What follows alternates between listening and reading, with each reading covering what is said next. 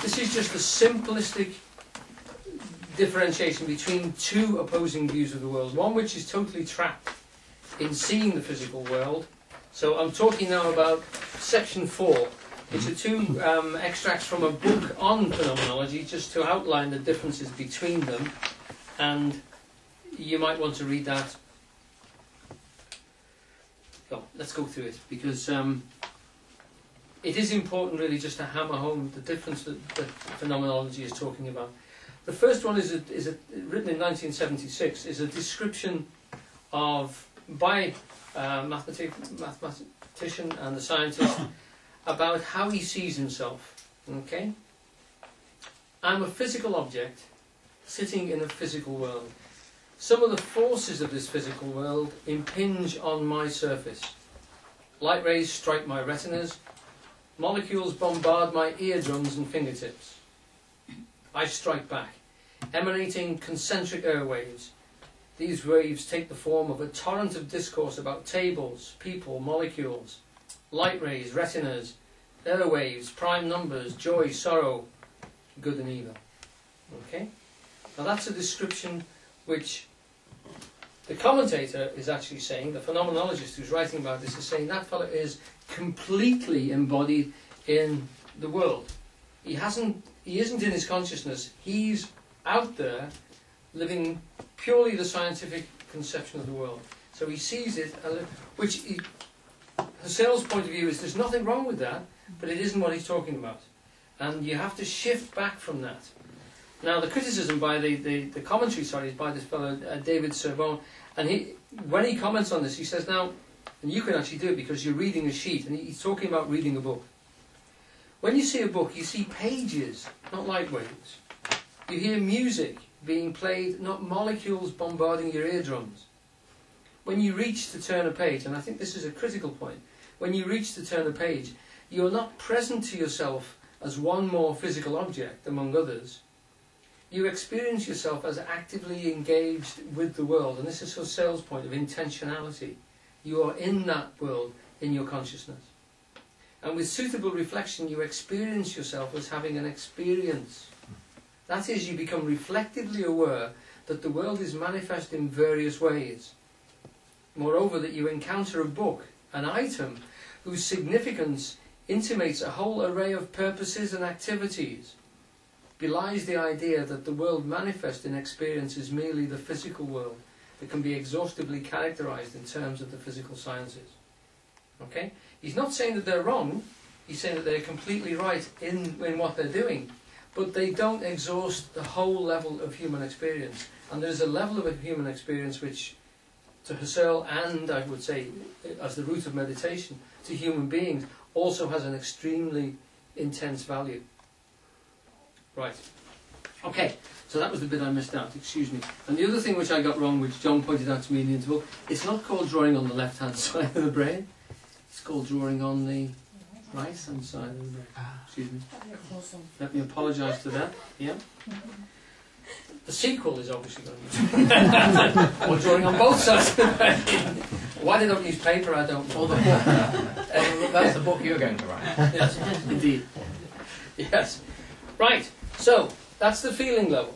Now, what Eugene does is marvellous because, and I mean this is in terms of a practical, phenomenological person, he actually says to you the problem with emotion is that if we feel sensitively, we get the tiniest hint of imbalance. We can feel distinct valencies in the world. Some things were more positive, some things were more negative. Now, the subtleness of that is a feeling. That becomes emotion by becoming highly charged. Now, when it becomes emotion, it spills out into activity before you can catch it. The problem with meditation, the problem with working on yourself, is to be able to feel what's going on without letting the emotion overrule you. And that is the sensitive area, and that is what he says is the thing which is missing from not just Husserl's, but most philosophies, and most scientists' sciences.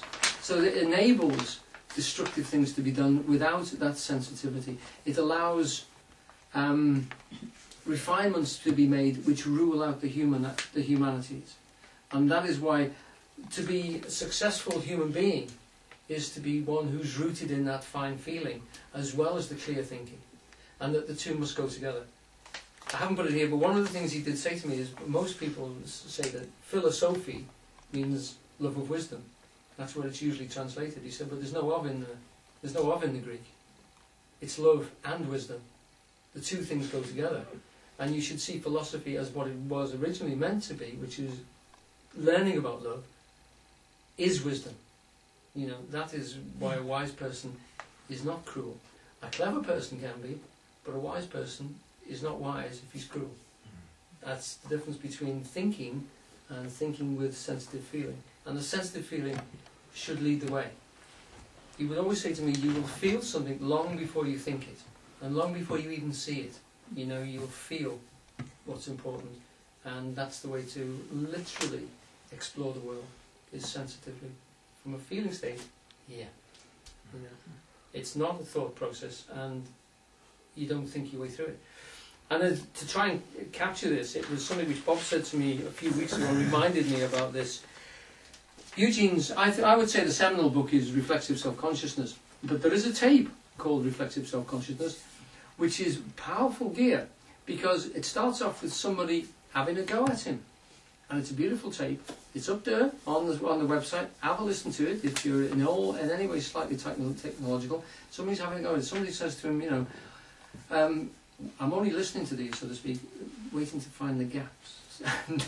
and you know, your system of philosophy, and Eugene responds very carefully with a little measured bit, and it's here, number 5. Okay.